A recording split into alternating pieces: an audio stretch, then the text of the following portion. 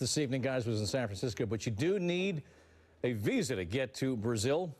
And tonight, a 2-0 victory for the United States over Azerbaijan. Alexi and I are here to talk about that and give you the post-game look at this.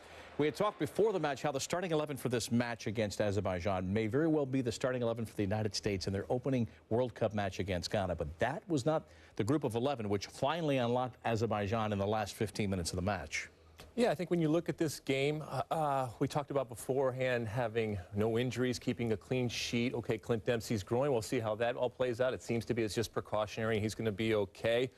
Josie Altidore, I think, did well. Didn't get that goal that we talked about, but I don't think that Azerbaijan in any way approximated what the U.S. is going to face down in Brazil. But that's okay. This is a gradual type of progression. I do think it is interesting that against an inferior opponent like Azerbaijan, after all the talk for the last 3 years about being more proactive and dictating the flow and taking it to teams, it came down to set pieces. And what happens when it's just about set pieces and the team has scouted you and marks you in the box and knows exactly what you're all about? You've got to have something else than just set pieces. You know I love a good set piece, but that can't be your only thing. You love to push up on those back in your playing days, and it was Mix Diskerud's goal in the 75th minute.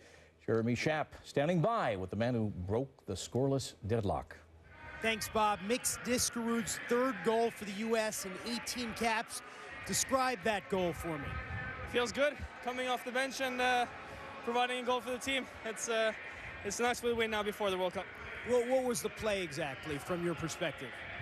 I think I actually hit it down to Michael, who had a half volley, and I don't know who saved it. Maybe deflected off somebody, and then I got the rebound. Easy job.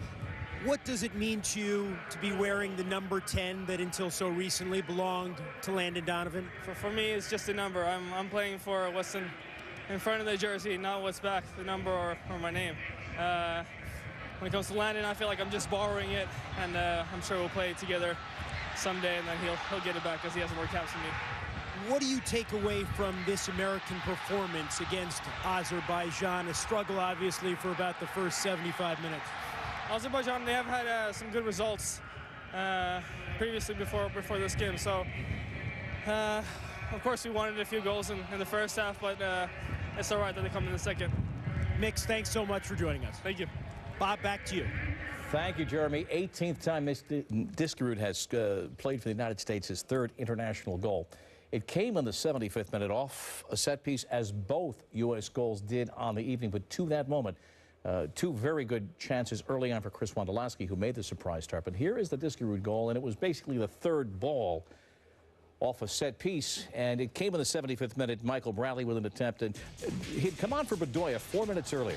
Yeah, and you want your substitutes to come on, even if it's against Azerbaijan, and make a difference. And coaches are judged often by those substitutes. And make no mistake about it, this summer, there are going to be times where Jurgen Klinsmann is going to look to that bench to provide that injection, to provide that spark. And so it's good to see a guy like Mix Diskerud in a set-piece situation come in and be where he needs to be. 6 and minutes Aaron later. Hansen, my goodness. I mean, how wide open is he? There's 5 guys that just basically have a nice big circle for him, and he's not going to miss that. He's happy. He made a difference coming off of the bench. That's what you ask those guys to do.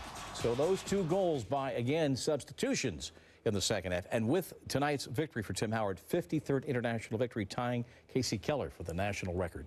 Look, the U.S. is solid in back. That's a world-class goalkeeper. Just happens to be American right now. So I don't think that that's going to be a worry for him. More importantly, his communication with that back four that could possibly be the starting lineup, I think, was important to get that under his belt, to get some time with those guys, because once again, it's a different back four. Who plays left back in Brazil? What will be the center back pairing? We saw different variations of that tonight. A lot of questions about that U.S. starting 11, but finally, after 75 minutes, breaking open the game with Azerbaijan and with a 2-0 victory at Candlestick Park.